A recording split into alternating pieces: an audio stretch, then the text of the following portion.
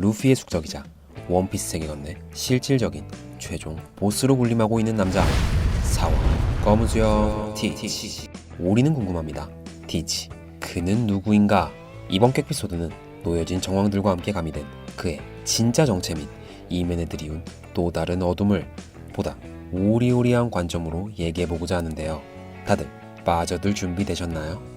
에피소드 오브 티치 지금 시작합니다. 검은 수염 마샬 디 티치. 흰 수염 2번대의 오랜 선원으로서 철저히 검은 속내를 숨기며 살아온 그는 어느 날 그토록 찾아 헤매던 어둠 열매가 4번대 대장 사치에게 넘어간 것을 확인하였는데요.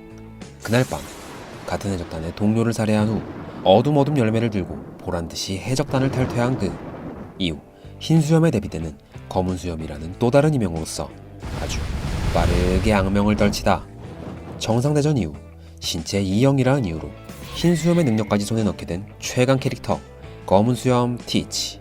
현재는 당당히 사왕의 자리까지 꿰찬 세계관 내 가장 어마어마한 큰 그림 장인이라고도 볼 수 있을 듯합니다. 작가 오다이치로는 말합니다.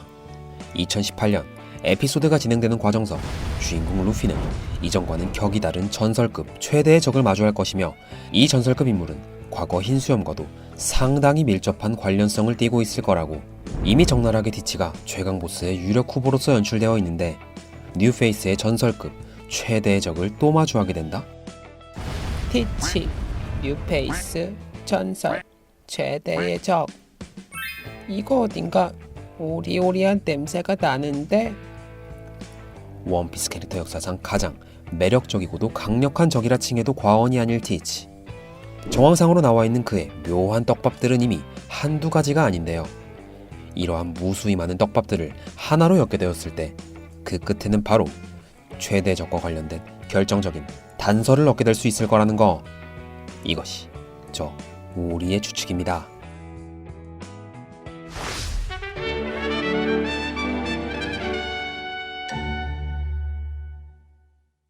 해적단이라고 하면 단연 선장 및 해적단의 상징적인 면모를 따 해적기로 거는 것이 기본적인 상식. 그것은 단순 외형적인 면모를 따는 것뿐 아닌 자신의 의지 및 목표, 의미 등을 부여하는 경우 또한 상당수 확인해 볼 수 있었는데요. 이러한 점들을 미루어 보았을 때 티치의 해적기는 어딘가 의아한 점들이 보이는 듯합니다.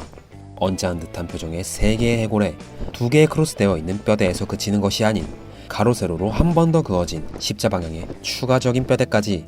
마땅히 관리할 수염도 얼마 없는 그가 흰 수염을 모티브로 한 검은 수염이라는 이명으로서 바다에 나갔다 함은 단연 해적기 또한 요렇게로 까만 콧수염을 칠해 걸어두는 게 맞을 터인데 뜬금없는 해골머리 3개는 도대체 어디서 부여된 상징성인 걸까요? 간혹 떡밥은 아무런 개연성도 없는 듯한 이미의 다른 개체와의 연관성을 통해 깔끔히 풀리는 경우도 있습니다. 작가 오다이치로의 최애 래퍼이자 타이트하고도 기가 막힌 래핑으로서 자타공인 현 래퍼 세계의 정점에 위치한 남자 슈퍼스타 가띠 에미넴. 에미넴을 너무도 사랑한 작가는 자신이 가장 멋진 능력을 가졌다 생각하는 캐릭터와 가장 좋아하는 캐릭터에게 각각 에미넴의 상징성을 조금씩 나눠주었다 하는데요. 가장 멋진 능력의 캐릭터 NL. 그 강함의 여부를 떠나 간지폭풍 번개라는 원소를 활용하는 그는 누구라도 한 번쯤 매력을 느낄 만한 캐릭터로서 매해 재평가받고 있는 인물로 손꼽히고 있습니다. 에미넴을 아시는 분이라면 이미 느끼셨겠지만 그의 외관과 이름은 래퍼 에미넴의 얼굴과 언뜻 들리는 에미넴의 발음 NL을 따 탄생된 캐릭터입니다. 또한 루피의 숙적이자 현 사황 마샬 디 티치. 이 티치의 성 마샬은 에미넴의 본명 마샬 브루스 매더스 3세에서 따온 것이라 하니 과연 에미넴의 광팬 오다답습니다. 본론으로 돌아와 우린 티치가 에미넴의 상징성을 일부 부여받았다는 데 포커스를 두어 대체 그의 해적기와 에미넴이 어떠한 연관성이 있는지를 자세히 파악해볼 필요가 있을 듯합니다. 에미넴은 말합니다. 다양한 음악성을 표출하는 데 있어 나 에미넴에겐 에미넴, 슬림 쉐리, 마샬 매더스라는 총 3개의 자아가 존재한다고. 3개의 해골, 3개의 자. 그렇습니다. 작가는 가장 좋아하는 캐릭터인 티치에게 단순히 에미넴의 성만을 부여한 것이 아닌 3개의 자아라는 실질적인 캐릭터성을 부여해준 것입니다. 3개의 자아, 수단과 방법을 가리지 않고 자신의 꿈을 쫓고 있는 티치에겐 과연 어떠한 또 다른 자아가 존재하고 있을까요? 알아봐야겠습니다. 그의 세 가지 자아에 대하여.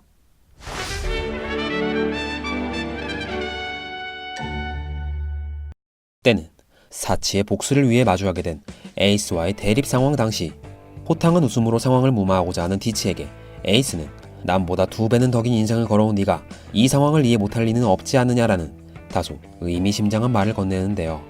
당시 에이스의 나이 20세, 티치의 나이는 38세. 확실히 에이스에 비한다면 2배는 더 긴 삶을 산 것은 사실입니다만, 원피스에게 건네 전투력의 전성기 나이대가 30에서 50대인 것을 감안했을 때 남보다 2배는 더 긴 인생을 걸어왔다는 에이스의 말은 어딘가 의아한 부분이 있습니다. 저 오리는 생각했습니다. 이건 100% 떡밥이다. 시간은 거슬러 SBS를 통해 공개된 주요 인물들의 어린 시절. 홀로이 쭈그려 앉아 눈물을 흘리는 티치를 포함한 많은 캐릭터들이 각각 그들만의 뚜렷한 캐릭터성을 뽐내는 어린 시절을 연출하고 있는데요. 눈치채셨습니까? 그렇습니다. 이 수많은 어린 시절의 인물들 중 티치 외에 그 누구도 시간적 배경이 묘사되어 있는 인물은 존재하고 있지 않습니다. 항시 유쾌하고 경박스러운 지금의 밝은 캐릭터와는 달리 어두운 배경 너머로 홀로이, 외로움에 울적이는 티치를 연출시켰다는 건 티치는 분명 어둠 열매 이외에도 어둠과의 깊은 연관성이 있을 거라는 게 확실한 듯한데, 여기서 정의되는 그의 첫 번째 자아에 대한 저 오리의 추측. 티치, 그는 모두가 잠든 밤 외로움에 사무칠 수밖에 없는, 평생 잠에 들 수 없는 불행한 자아를 가지고 있을 것이다. 물론 피로감만 느껴지지 않는다함은 이는 분명 엄청난 이점으로도 받아들일 수 있습니다. 모두가 잠들었을 때 홀로 침대에 누워 오리의 뇌피셜 일기를 본다든지, 홀로 소파에 앉아 오리의 뇌피셜 일기를 본다든지, 홀로 천장에 매달려 오리의 뇌피셜 일기를 본다. 남들보다 많은 시간을 소비할 수 있다는 것 자체는 분명 곧이어 엄청난 혜택으로도 여길 수 있을 텐데요. 하지만 그게 평생이라면? 하루의 절반에 가까운 시간, 우리는 잠을 자는 시간 동안 아무것도 못하고 과할 시에는 시간이 아깝다라는 생각마저 들게 하지만, 하루 일과를 끝내고 쌓였던 피로를 푸는 시간이기도 하며 다음 일정을 위한 재충전의 요소로서 정의되기도 합니다. 무엇보다 중요한 건 잠을 청함으로써 구분할 수 있는 날, 즉 새로운 내일이라는 단어를 맞이하는 데 의미를 찾을 수 있기에 우린 잠을 자는 것만으로도 행복하다는 말을 할 수 있습니다. 하지만 세상 모두가 이러한 걸 당연시 여기고 잠들어 있을 때 유일하게 잠을 자지 못하는 인물이 있다면 그 인물에게 있어 이보다 더한 불행은 결코 없을 것입니다. 티치를 향해 남보다 2배는 더 산이 아닌 걸어온이라 언급한 에이스. 그 뜻은 곧 나이가 아닌 이렇게 모두가 잠든 시간마저 깨어 있었을 그의 고독하고도 긴 삶을 다르게 표현한 한 방식은 아니었을까요? 에미넴의 첫 번째 자아이자 그의 본명 마샬 매더스. 랩스타인 현재와는 정반대로 불행한 밑바닥에 가까운 삶을 살아왔다 언급한 바 있는 그는 과거 아버지에게 버림받고 어머니는 마약에 취해 하루 종일 피폐한 삶을 보냈다고 합니다. 이러한 현실이 너무도 싫었던 어린 마샬. 매일 밤 혼자 잠에 들지 못하고 눈물을 흘렸다는 게 그의 뼈아픈 과거인데요. 이 형의 이로 잠에 들 수 없어 슬픔에 젖은 티치. 불우한 가정사의 이유로 매일 밤을 눈물로 지샌 과거를 지닌 마샬 매더스의 상징성이 부여되어 불우한 그의 첫 번째 자아를 형성시켰을 거라는 거. 이것이 그의 첫 번째 자아에 대한 저 오리의 추측입니다.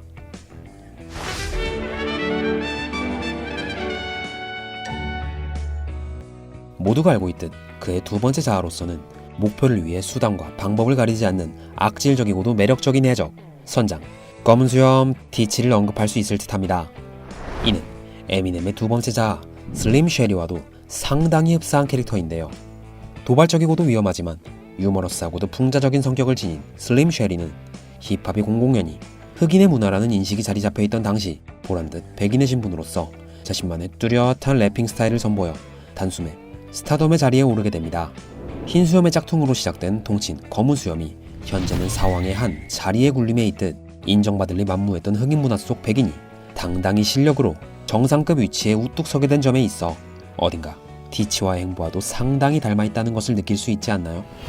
수단과 방법을 가리지 않고 자신의 꿈을 쫓아 결국 사왕의 자리까지 위치한 검은 수염.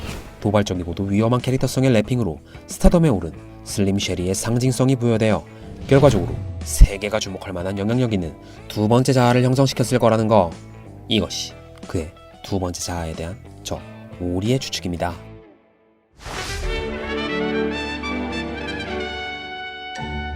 그렇다면 남은 건 아직까지 단 한 번도 공개된 적이 없을 티치의 세 번째 자아. 우린 아직 에미넴의 세 가지 자아 중 가장 중요한 자아를 쏙 빼놓은 채 이야기하고 있었습니다.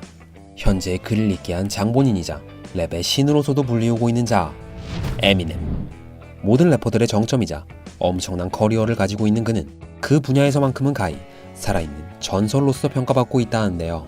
이러한 전설 에미넴에 비견될 만한 티치의 세 번째 자아가 있다 함은 그것은 분명 주인공의 최대의 적이자 모든 전설급 인물에 버금갈 만한 엄청난 타이틀의 소유자. 이를 통해 비로소 정의되는 그의 세 번째 자아에 대한 저 오리의 충격적인 추측. 티치, 그의 세 번째 자아는 바로 전설의 대적 록스일 것이다. 힙합의 신 에미넴의 버금갈 만한 스펙의 대적 록스. 로저 이전에는 확실히 녀석들의 시대였지라고까지 언급된 이 시점서 어떠한 형태로든 이 록스의 집단은 루피 앞에 나타나 충분히 높은 벽으로서 다가오는 게 확실시되는 듯한데요. 사건이 일어난 지는 벌써 40년도 더 된 옛날 이야기. 전투 전성기 나이가 30에서 50인 것을 감안하면 상식적인 록스의 현 나이는 근 80에서 90세.